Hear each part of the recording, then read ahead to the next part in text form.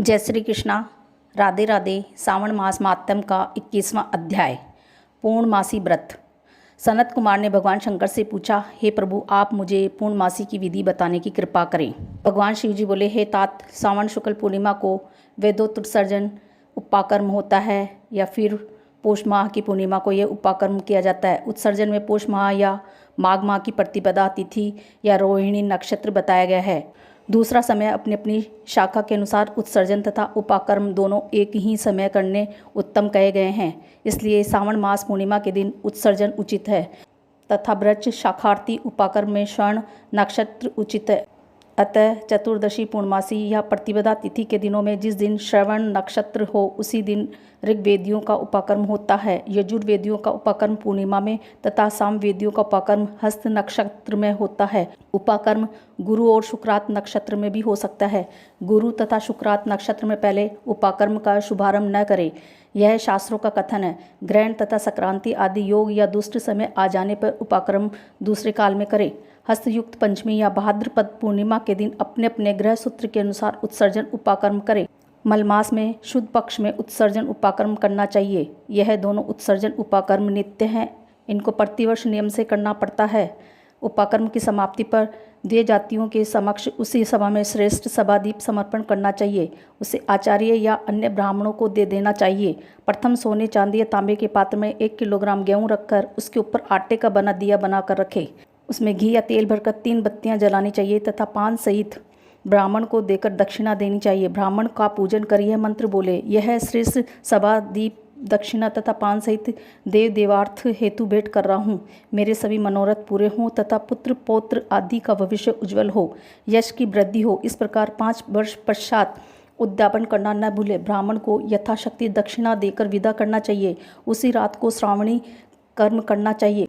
उसी के समीप सर्प बलि देनी चाहिए। ये दोनों कार्य अपने अपने गृहस्थ सूत्रों को देखकर करने चाहिए। इसी तिथि में भगवान हयग्रीव का अवतार हुआ था। उस दिन हयग्रीव जयंती महोत्सव मनाना चाहिए। सावन मास पूर्णिमा को श्रवण नक्षत्र में भगवान हयग्रीव का जन्म हुआ।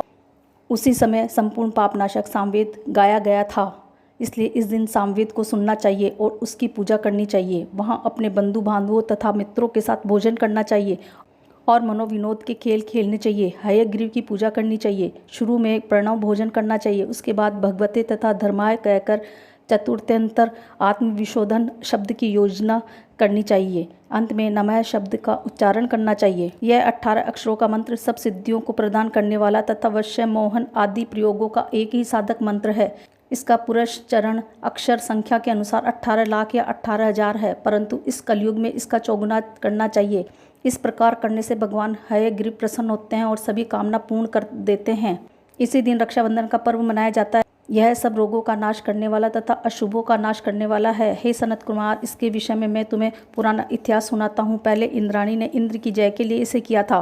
पुराने समय में देव और असुरों में संग्राम छिड़ गया था जो 12 वर्ष तक चला। इंद्राणी ने उसी समय इंद्र को थका जानकर कहा, हे देव, आज चतुर्दशी है, कल सुबह मैं रक्षाबंधन करूंगी, जिसके करने से आप अजय हो जाएंगे। इतना कहकर इंद्राणी ने पूर्णिमा के दिन मंगल आदि कर हर्ष देने वाली रक्षा को इंद्र के दाहिने हाथ में बांध दिया।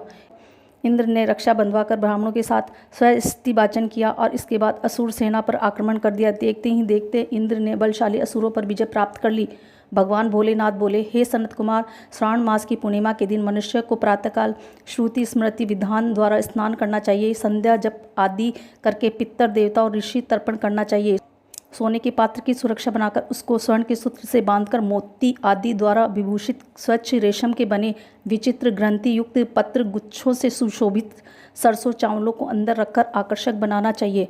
वहाँ कलश रखकर उसके ऊपर पूर्ण पात्र में रक्षा रखनी चाहिए। सुंदर आसन पर सगे संबंधियों सहित बैठकर मंगल गान करना चाहिए। इसके बाद येन वद्दोवली राजा दानवेंद्रो महाबल तेन त्वाम बदनामी रक्षे माचल माचल मंत्र का उच्चारण करना चाहिए।